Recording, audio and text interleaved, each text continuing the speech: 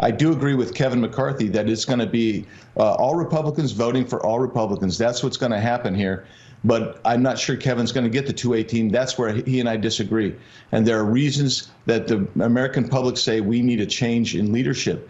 And they do say that. There isn't any place I go, whether it's in my district, in the state, or around the country, literally hundreds of times every year when people don't make that the number one issue. Are you going to give us new leadership? And why do they say that?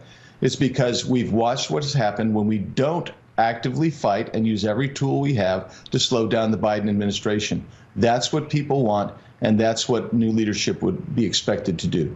Now, I'm not saying I'm enjoying the burgeoning civil war in the Republican Party, but yeah, no, that's exactly what I'm saying. This is Andy Biggs, an ultra-conservative lawmaker in the Republican conference who's running against Kevin McCarthy in his bid for Speaker. And here's the irony in all of this. Biggs is running against McCarthy for Speaker because he's upset that the GOP's been losing, and so his beef is with leadership, meaning McCarthy. Only the actual reason that Republicans are losing is because they're too extreme. But now, the extremists think that this is a mandate for them to increase their influence within the GOP, and so what's going to end up happening is that the problems that caused Republicans to lose so badly in the first place this midterm cycle are about to get a lot worse. Also, what's amazing is that for years, Kevin McCarthy, in his desperation to become the Republican Speaker of the House, has blindly defended his conference. This guy didn't have the spine to stand up to anyone. For example, in February of last year, after Marjorie Taylor Greene had endorsed the execution of top Democrats and suggested that school shootings were staged and debuted the infamous Jewish space lasers line, Kevin McCarthy responded by staying silent for days before ultimately releasing a statement denouncing her statements, but also arguing that she should face no consequences. Not only that, but he actually blamed the Democrats for all of this. He said, quote, "I made this clear to Marjorie when we met. I also made clear that as a member of Congress, we have a responsibility to hold ourselves to a higher standard than how she presented herself as a private citizen. Her past comments now have much greater meaning. Marjorie recognized this in our conversation. I hold her to her word as well as her actions going forward. I understand that Marjorie's comments have caused deep wounds to many, and as a result, I offered Majority Leader Hoyer a path to lower the temperature and address these concerns. Instead of coming together to do that, the Democrats are choosing to raise the temperature by taking the unprecedented step to further their partisan power grab regarding the committee assignments of the other party.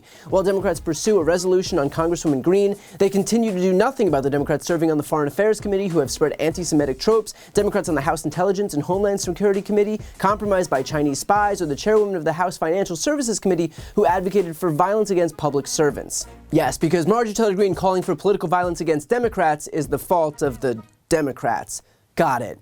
But back to my point, McCarthy has always blindly defended Republicans. He's never stood for anything. He is just an impotent people pleaser whose only goal was to always become Republican Speaker.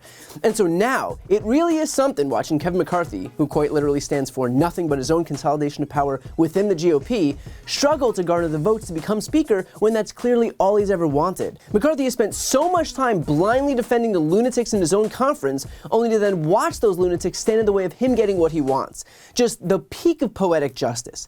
And look, I'm not going to pretend that I know how to succeed in the Republican Party, but imagine if this guy stood for anything rather than just serving as an apologist for the worst impulses of his own party.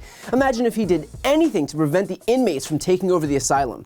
But instead, he didn't. He allowed them to run roughshod over him because all he cared about was protecting his team. And as a result of that, yet again, the most extreme, loud, far-right lawmakers are the ones that are now emboldened. And guess who their first victim is going to be? It's like if some guy decided to raise gorillas in his backyard, which seemed like a good idea up until the very moment that he realized what gorillas are capable of. But I think what we all need to recognize is that this Andy Biggs thing isn't a bug, it's a feature. It's unlikely that the quote-unquote normal members of the GOP are going to win out here because there are no normal members of the GOP. The party continues to shed them in favor of more extreme MAGA candidates who got Trump's blessing. That's all the party stands for now. And so if you needed another example of the extent to which the absurdity isn't going anywhere, just take a look at the Republican House members and what they did on the very first day it became clear that they would regain the majority. How about when Hunter Biden sent the email that Mr. Comer pointed to? Sent the email asking for keys to his new office space, one for himself, one for President Biden, one for his uncle Jim Biden, and one for the emissary for the chairman of the Chinese energy company CFCC. Behind Glenn and Andrew is a map from Hunter's laptop. This was a PowerPoint presentation on his laptop in Chinese. We're ignoring the dangers happening at our border and the national security crisis that's happening in our country while we are completely protecting another country's border and also waging a proxy war with Russia. But what's interesting is a different whistleblower, one who didn't come to our office, a different whistleblower who went to Senator Grassley's office, said that Mr. Thibault, by the way, the head of the special agent in charge at the Washington field office, Mr. Thibault is also the guy who suppressed information about the Hunter Biden story in October of 2020. I'd like to talk to Mr. Thibault. In fact, we have asked to talk to Mr. Thibault. If we can keep it about Hunter Biden, this is kind of a big deal, we think. If we can keep it about Hunter Biden, that would be great. We had 5 million people cross our border illegally since Joe Biden took office. And let's compare that to how many Russians have invaded Ukraine. 82,000 Russians have invaded Ukraine. I think the American people and the taxpayers of this country deserve to know why the Biden administration and this Congress is so interested in funding the protection of Ukraine's border and not the protection of our border. That's a very good question. Wow, we've went from it wasn't his laptop and it was Russian disinformation to, oh, whatever was in there didn't affect the president's business dealings, even though he was involved, even though the laptop was real, even though it wasn't disinformation. That's how far we've come. So I think I think there are all kinds of questions that need to be answered, and we're determined to get there. Here's some of them that I have. Did the FBI brief Twitter as well? We know they briefed Facebook. We know that had an impact on the election. There's been surveys done where thousands and thousands of voters across this country said it might have impacted their decision in the election in 2020. I think that's a question. I think that's a question for Kevin McCarthy. That we're focused on a lot of investigations now. I've been very transparent with the media on it.